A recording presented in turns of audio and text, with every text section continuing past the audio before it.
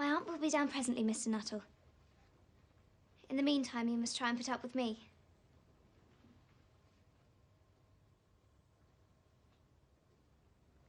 It is very kind of you to wait with me.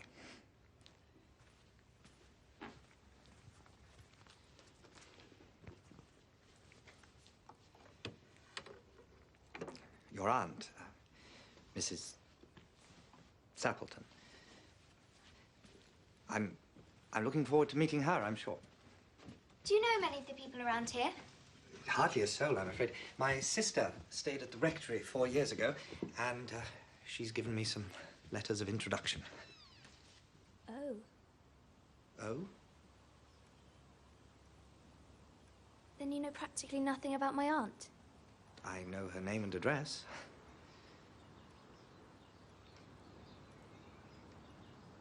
Her great tragedy happened just 3 years ago.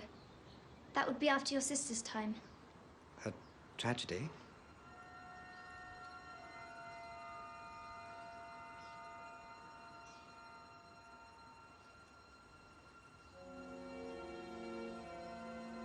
You may wonder why we keep these French doors open on such a cold afternoon. It is quite warm for the time of year.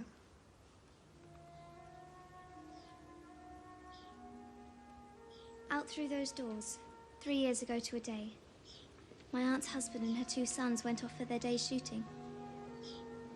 They never came back. Crossing the moor to their favourite snipe shooting ground, all 3 were engulfed in a treacherous piece of bog. Their bodies were never recovered. That was the awful part of it. No grave, no marker. Poor aunt thinks that they will come back someday. They and a little brown Labrador that was lost with them, and walk in as they used to. She spends hours sitting, waiting, watching through the open doors. She won't allow them to be shut until it's dark outside.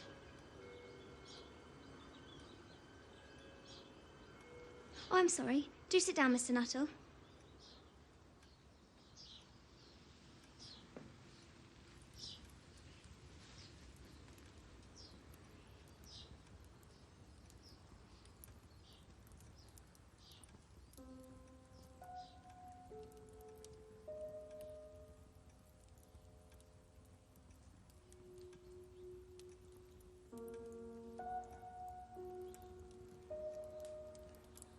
That was done shortly before they...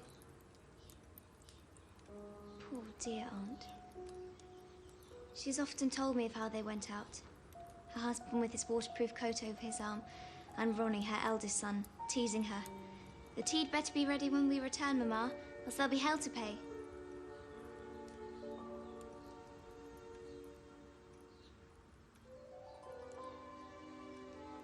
Do you know? Sometimes, on still, quiet evenings like this, I almost get a feeling that they will all just walk in through those doors.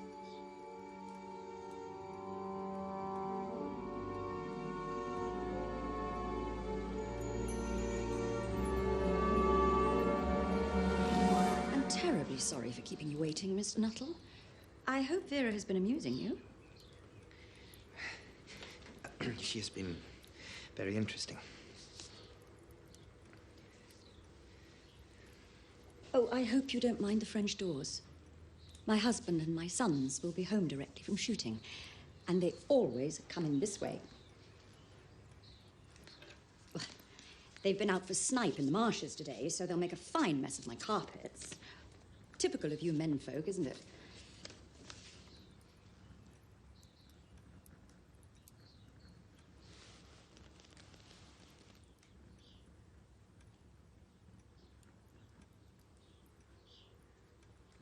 They're calling it nervous exhaustion. It's in the family. As you know, my sister...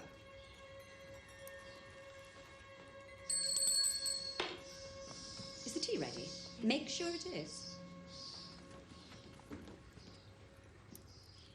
I seem to remember your sister. Yes.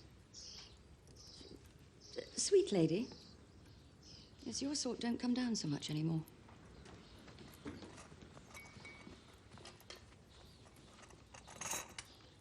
I hope your stay will be peaceful.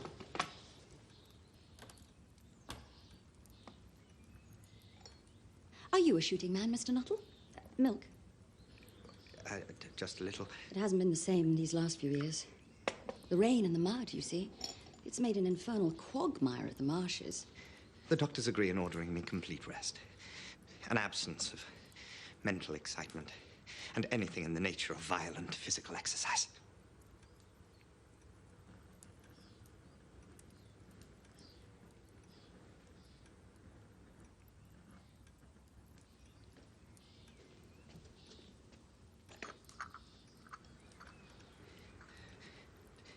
On the subject of diet, though, they're not in such agreement.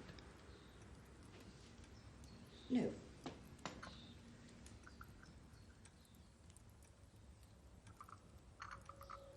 Oh, here they are at last. And don't they look as if they're muddy up to the eyes?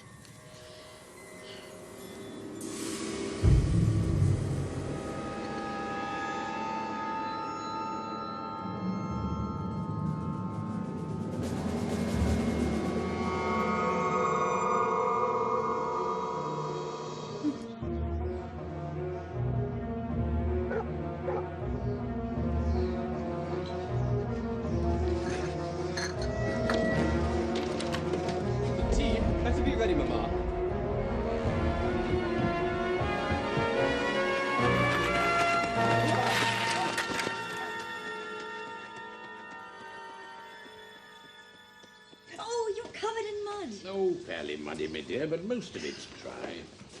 They'll need to get used to it if we go to war. Oh, please, let's not talk about that. We'll be home by Christmas, you'll see. Check. Who was that who bolted out as we came up? The most extraordinary man. A Mr. Nuttall. He talked about nothing but his illnesses, and then he dashed off without a word of goodbye or apology when you came in. I expect it was the Labrador. He told me he had a horror of dogs. He was once hunted into a cemetery on the banks of the Ganges by a pack of pariah dogs and had to spend the night in a newly dug grave with the creatures snarling and grinning and foaming just above him. Enough to make anyone lose their nerve, I dare say.